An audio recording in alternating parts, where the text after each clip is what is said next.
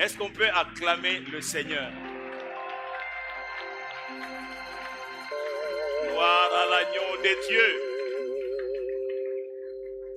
Alléluia. Nous préparons notre texte dans Juge au chapitre 6. Juge, chapitre 6. Et nous allons lire la première partie de ce chapitre 1 à 6. Nous allons aller au milieu pour prendre le verset 11 à 18. Juge, chapitre 6. Et nous allons lire au nom du Seigneur. Alléluia. Les enfants d'Israël furent ce qui déplaît à l'Éternel, et l'Éternel les livra entre les mains de Madian. Pendant ce temps, la main de Madian fut puissante contre Israël. Pour échapper à Madian, les enfants d'Israël se retiraient dans les ravins des montagnes, dans les cavernes et sur les rochers fortifiés. Quand Israël avait sémé, Madian montait avec Amalek et le fils de l'Orient, et il marchait contre lui. Il campait en face de lui, détruisait les productions du pays jusque vers Gaza, et ne laissait en Israël ni vivre, ni brebis, ni bœufs, ni ânes, car ils montaient avec leurs troupeaux et leurs tentes. Ils arrivaient comme une multitude de sauterelles. Ils étaient innombrables, eux et leurs chameaux, et ils venaient dans le pays pour le ravager. Israël fut très malheureux à cause de Madian, et les enfants d'Israël crièrent à l'Éternel. Verset 11 et le suivant. Puis vint l'ange de l'Éternel, et il s'assit sous le térébinthe d'Ophra, qui appartenait à Joas, de la famille d'Abiézer. Gédéon, son fils, battait du froment au pressoir pour le mettre à l'abri de Madian plutôt. L'ange de l'Éternel lui apparut et lui dit: l'Éternel est avec toi, vaillant héros. Gédéon lui dit: ah, mon Seigneur, si l'Éternel est avec nous, pourquoi toutes ces choses nous sont-elles arrivées? Et où sont tous ces prodiges que nos pères nous racontent quand ils disent: l'Éternel ne nous a-t-il pas fait monter hors d'Égypte? Maintenant l'Éternel nous abandonne et il nous livre entre les mains des Madians. L'Éternel se tourna vers lui et dit: va avec cette force que tu as et délivre Israël de la main des Madians. N'est-ce pas moi qui t'envoie? Gédéon lui dit: ah, mon Seigneur, avec quoi délivrerai-je Israël? Voici, ma famille est la plus pauvre en Manassé, et je suis le plus petit dans la maison de mon père. L'Éternel lui dit: mais je serai avec toi. Soulignez cela. Mais je serai avec toi, et tu battras Madian comme un seul homme. Gédéon lui dit: si j'ai trouvé grâce à tes yeux, donne-moi un signe pour montrer que c'est toi qui me parles. Ne t'éloigne point d'ici jusqu'à ce que je revienne auprès de toi, que j'apporte mon offrande et que je la dépose devant toi. Et l'Éternel dit: je resterai jusqu'à ce que tu reviennes. Quelqu'un dit Amen. Et nous acclamons la parole du Seigneur. Je resterai jusqu'à ce que tu reviennes. Je vais établir mon quartier général ici, jusqu'à ce que tu reviennes. Je ne m'éloignerai pas de cet endroit jusqu'à ce que tu reviennes. Je vais assurer ma présence en cet endroit jusqu'à ce que tu reviennes. Oh, alléluia. Alléluia. Je vais assurer ma présence. J'ai raconté cette histoire de Genèse alors que Jacob, il a raconté la semaine, alors que Jacob a quitté Canaan, il a fuyé son frère qui voulait attenter à sa vie. Jacob est allé pour le pays de son oncle, le pays de sa mère, à Charan. Chemin faisant, c'est un long voyage. Chemin faisant, lorsque Jacob arrive à Luz, cet endroit qui s'appelait Luz, Jacob, fatigué du voyage, va installer en quelque sorte son quartier général, sa tente à cet endroit-là.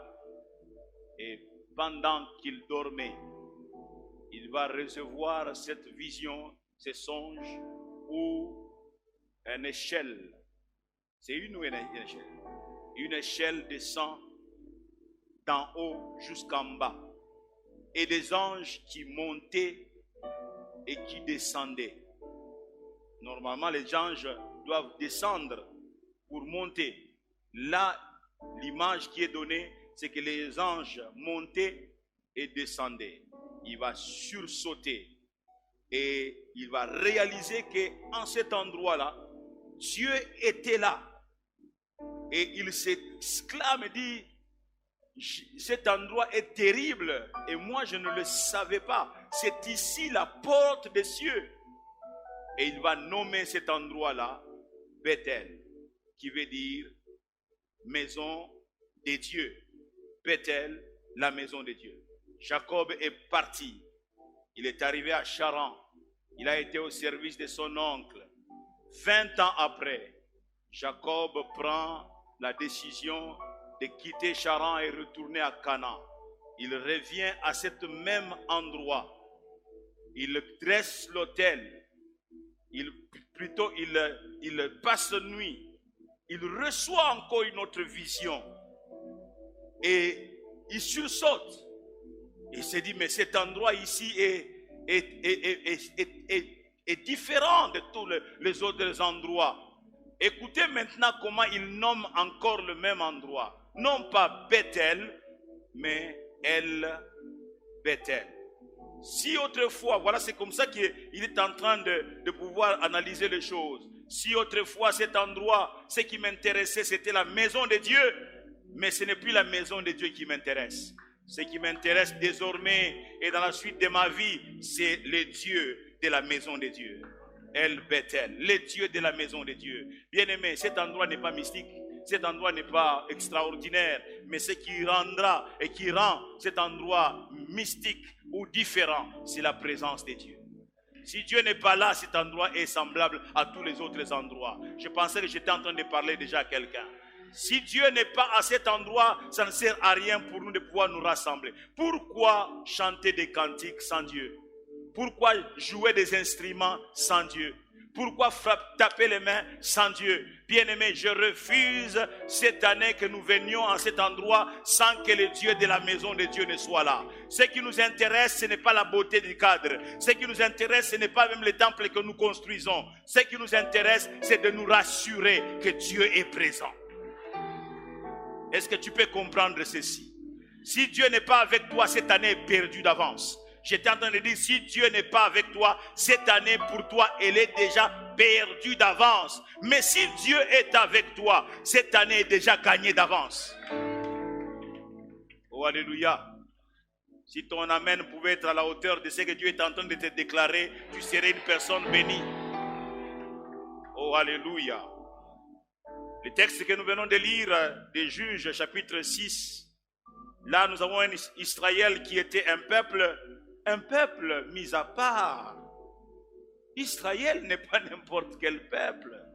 Un peuple mis à part, et il y a une demeure plus sécurisante et sûre que jamais notre peuple ne pouvait avoir. Ce peuple qui est le peuple de Dieu, écoutez, l'on dit que les enfants d'Israël furent ceux qui déplaient à l'Éternel, et l'Éternel les livra entre les mains de Madian. Israël, c'est le peuple de Dieu, et c'est son Dieu qui les livre entre les mains de Madian. Dieu est le Dieu d'Israël, Dieu est le Dieu de son peuple. Mais regardez, c'est Dieu lui-même qui se sert de sa propre main pour prendre Israël, non pas pour les bénir, mais les jeter entre les mains de ses ennemis, les livrer entre les mains des Madians. Seigneur, comment est-ce possible que tu puisses livrer ton propre peuple entre les mains des ennemis? Mais vous avez la réponse là dans les textes. Les enfants d'Israël furent ceux qui déplaient à l'Éternel. Où on les plaît, où on les déplaît. Oh, où on les plaît, où on les déplaît. Israël, qui était le peuple de Dieu, se retrouve fragilisé, affaibli et sans défense à cause de ses mauvais choix, à cause de son péché qui marque son éloignement de celui qui lui a assuré une vie paisible, celui qui lui a assuré une vie tranquille. Israël s'est éloigné de Dieu. Lorsque nous péchons, nous prenons l'engagement nous-mêmes de nous éloigner de la présence de Dieu. Nous prenons l'engagement de nous éloigner de sa présence. Adam et Ève se sont éloignés du lieu du rendez-vous habituel avec Dieu. Lorsqu'ils ont péché, ils se sont éloignés, ils sont allés se cacher. Le péché te rend fragile, le péché te rend peureux. Tu commences à avoir peur, même lorsqu'une feuille bouge, tu as peur, tu trembles. Le péché te met dans une attitude de non-assurance, d'incertitude. Adam et Ève ont fui la présence de Dieu. Lorsque Dieu vient au lieu du rendez-vous, Adam et Ève n'est pas là. Ils ne sont pas là, Adam et Ève. Ils se posent la question, mais où sont-ils? Il est temps, comme ce matin, les cultes commencent à 7 heures. Dieu regarde, mais où sont-ils? Il est temps. Il cherche Adam et Ève. Comme il ne le voit pas, il appelle. Dieu n'a pas l'habitude d'appeler parce que quand il vient, tout le monde est ensemble au rendez-vous. Dieu est là, Adam et Ève sont là. Mais ces jours-là, il cherche Adam et Ève, ils ne sont pas là. Finalement, il dit que j'appelle quand même. Adam, où es-tu? Adam est en train de répondre dans un coin, dans sa cachette là-bas. Je suis ici, je me cache. Tu te caches? Pour quelle raison te caches-tu? Je ne sais plus apparaître, c'est moi qui commande. Je ne sais plus apparaître au-devant de toi. J'ai fait quelque chose qui te déplaît. Je me suis caché. Adam et Ève se sont éloignés eux-mêmes de la présence de Dieu. Bien-aimé dans le Seigneur, cette année, si tu t'éloignes de la présence de Dieu, je ne suis pas un prophète de malheur, mais tu as creusé ta propre tombe. Tu as creusé ta propre tombe. Parce que ce qui peut te rassurer, c'est la présence de Dieu.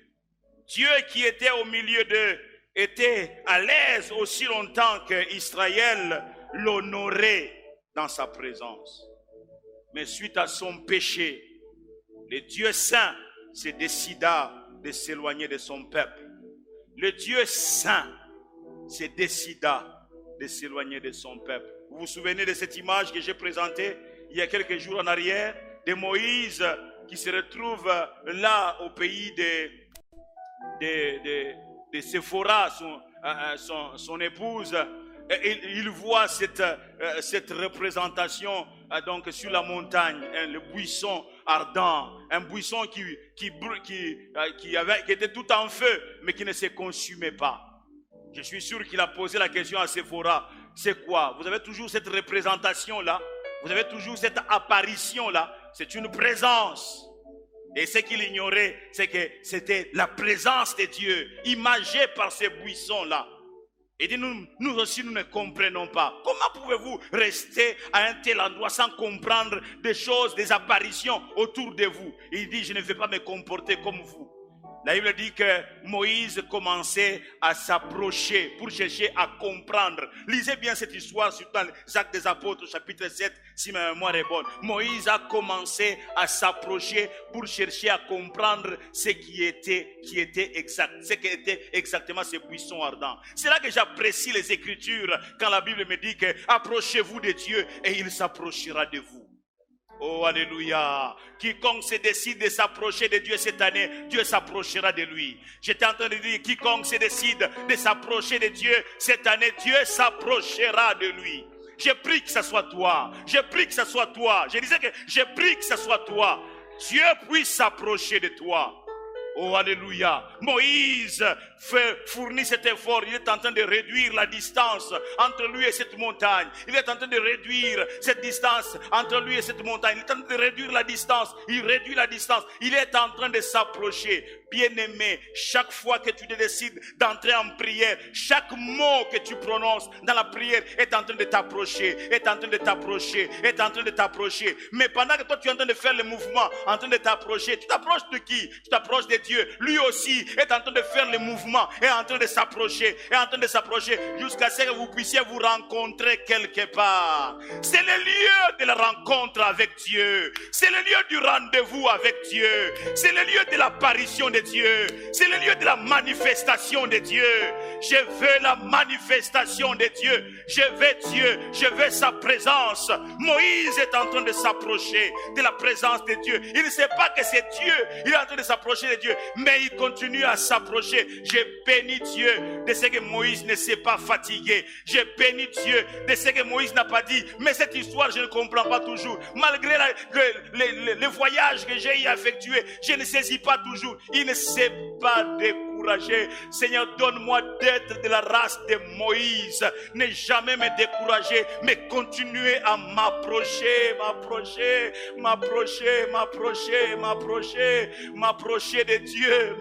de Dieu, jusqu'à ce qu'une voix se fasse entendre. Moïse, ouais.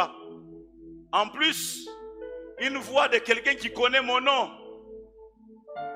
Jusque-là, lui ne comprend pas à qui il a affaire. Mais celui-là qui lui parle le connaît. J'aimerais te dire que quand tu ne connais pas encore Dieu, Dieu te connaissait. Est-ce que je parle à quelqu'un? Même quand tu ignores d'autres facettes de Dieu, Dieu te connaît entièrement. Il connaît quand tu es dans la joie, il connaît quand tu pleures, il connaît quand les larmes coulent, il connaît quand tu es en train de rire, il connaît quand ça ne va pas. Dieu a la connaissance de toute ta personne, mais toi, tu dois continuer à les connaître dans ses multiples facettes. Oh alléluia, oh alléluia. Moïse, Dieu se présente. Non, Dieu ne te laissera pas dans la confusion.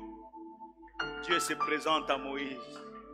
Dis Moïse. Oui, puisque toi tu connais mon nom, dis-moi aussi quel est ton nom.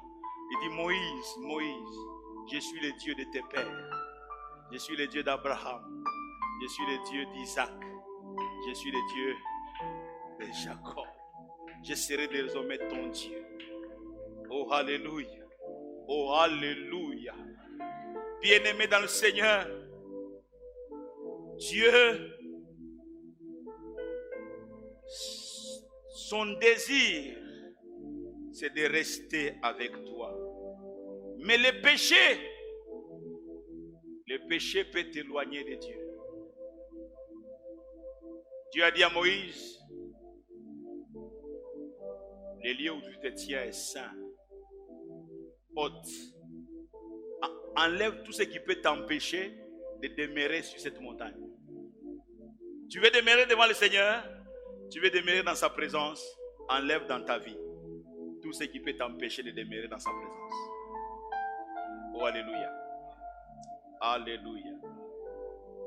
Ils furent ceux qui déplaient, retournons à notre texte, ils furent ceux qui déplaient à l'Éternel Et l'Éternel les livra entre les mains de Madian pendant 7 ans.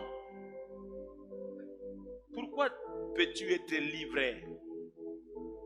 Pourquoi ne pas enlever tout ce qui peut t'empêcher de demeurer dans sa présence, afin que Dieu ne te livre pas entre les mains de tes ennemis, les mains de tes bourreaux?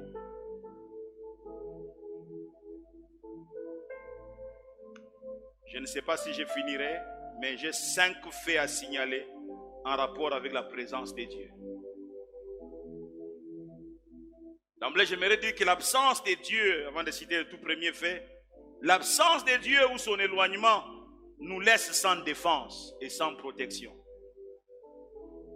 Nous laisse sans défense et sans protection. J'aimerais dire, bien-aimé, que sans Dieu, loin de sa présence, nous sommes pareils à tous. Nous sommes l'ombre de nous-mêmes. Nous faisons du surplace. La confusion et la honte couvrent notre visage. Sans Dieu. Sans Dieu, nous séchons. Sans Dieu, nous périssons. Sans Dieu, nous sommes sans saveur. Sans Dieu, autant le sel peut influencer un repas, autant Dieu peut influencer ta vie. Nous devons désirer la présence de Dieu, mes amis. Le premier fait que je cite, c'est: sans Dieu, vous ne pouvez profiter ou jouir du fruit de votre travail. Sans Dieu, vous ne pouvez profiter ni jouir du fruit, le fruit de votre travail. Ils ont travaillé, les Israélites, mais Dieu les livra entre les mains de Madian. L'on dit au verset 2 que la main de Madian fut puissante contre Israël. Et pour échapper à Madian, les enfants d'Israël se retiraient dans les ravins. Le peuple de Dieu va se cacher dans les ravins. Il va se cacher dans des montagnes, dans les cavernes et sur les rochers fortifiés. Et le peuple de Dieu, bien-aimé, les demeures du peuple de Dieu, c'est Dieu lui-même. La demeure du peuple de Dieu, c'est Dieu lui-même. Les lieux d'habitation du peuple de Dieu, c'est Dieu lui-même. Maintenant, quand tu fuis pour aller dans les ravins, ça signifie quoi? Tu as manqué d'habitation. Tu as manqué de demeure. Dieu a cessé d'être ta demeure. C'est pourquoi tu cherches où aller te cacher. Quand Israël avait sémé, écoutez ce que le verset 3 dit.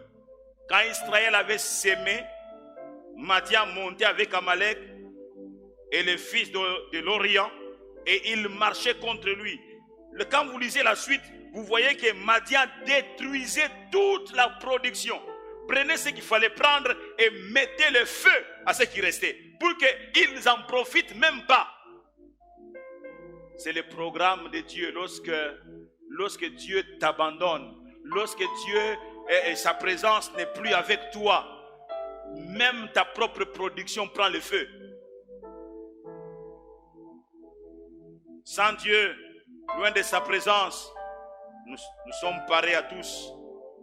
Verset 13 dit: Gédéon lui dit: ah mon Seigneur, si l'Éternel est avec nous, pourquoi toutes ces choses nous sont-elles arrivées?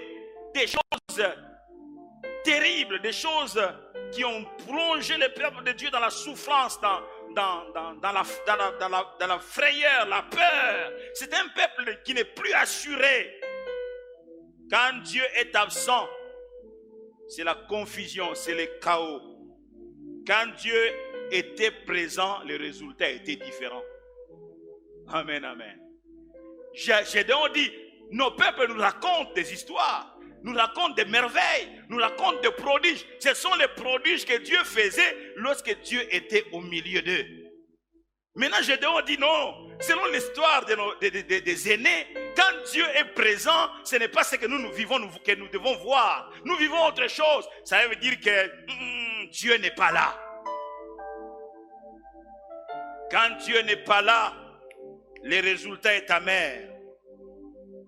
Et Agé 1, 5, 6 de dire: ainsi parle maintenant l'Éternel des armées, considérez attentivement vos voies.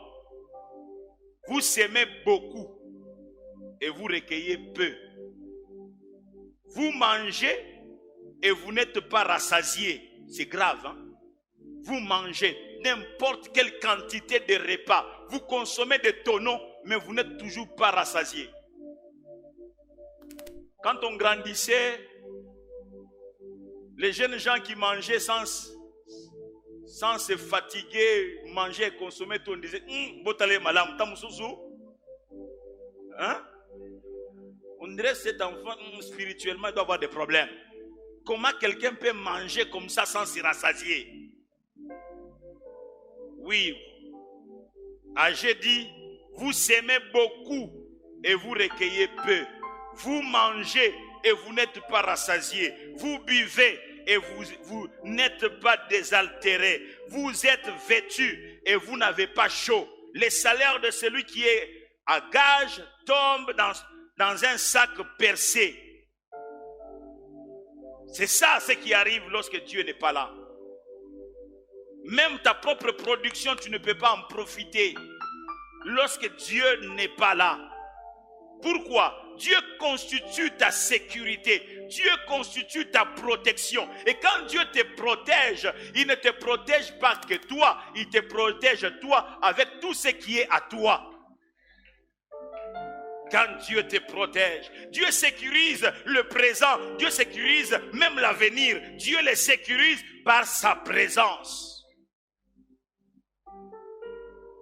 Ce n'est pas tout ce que nous mangeons, produisons ou consommons qui nous satisfait. C'est la présence de Dieu qui nous satisfait.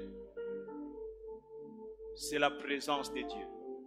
Et une fois que tu es rassasié par la présence de Dieu, tu n'as pas besoin de manger, de consommer de nourriture de quantité comme des tonneaux, comme des conteneurs. Non, tu mangeras ce qui est juste l'essentiel parce que tu es déjà rassasié par la présence de Dieu. La présence de Dieu. Deutéronome 28, 33 dit: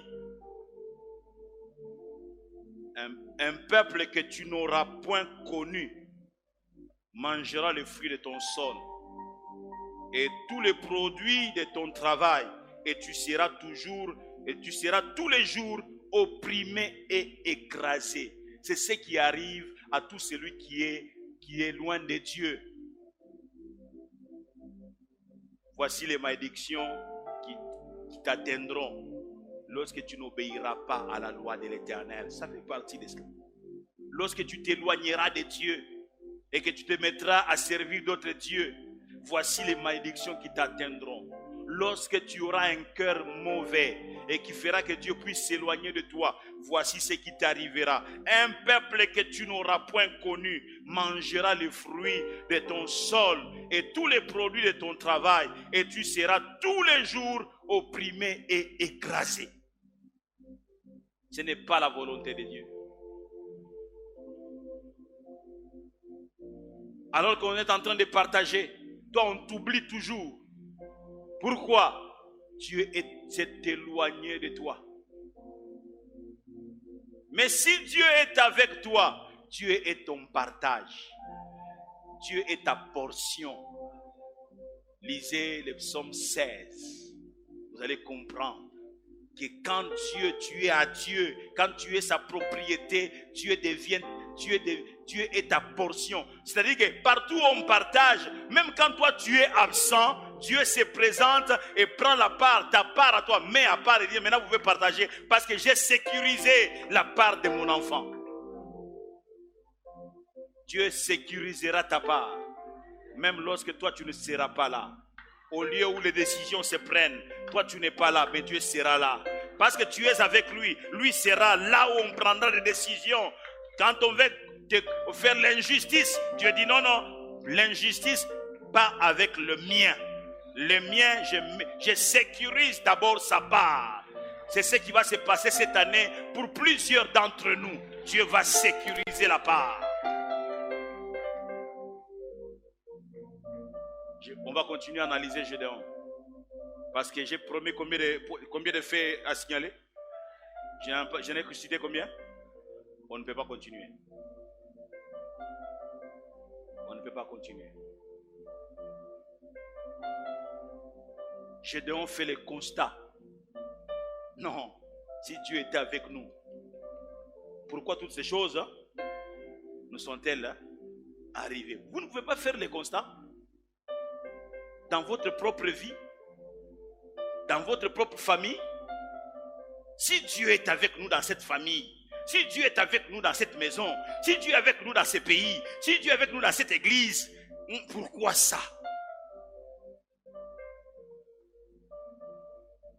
Mais si l'ange est venu, ce qui est intéressant, c'est qu'ils ont compris qu'ils étaient seuls. Et la Bible dit qu'ils invoquèrent. Retournons à Dieu.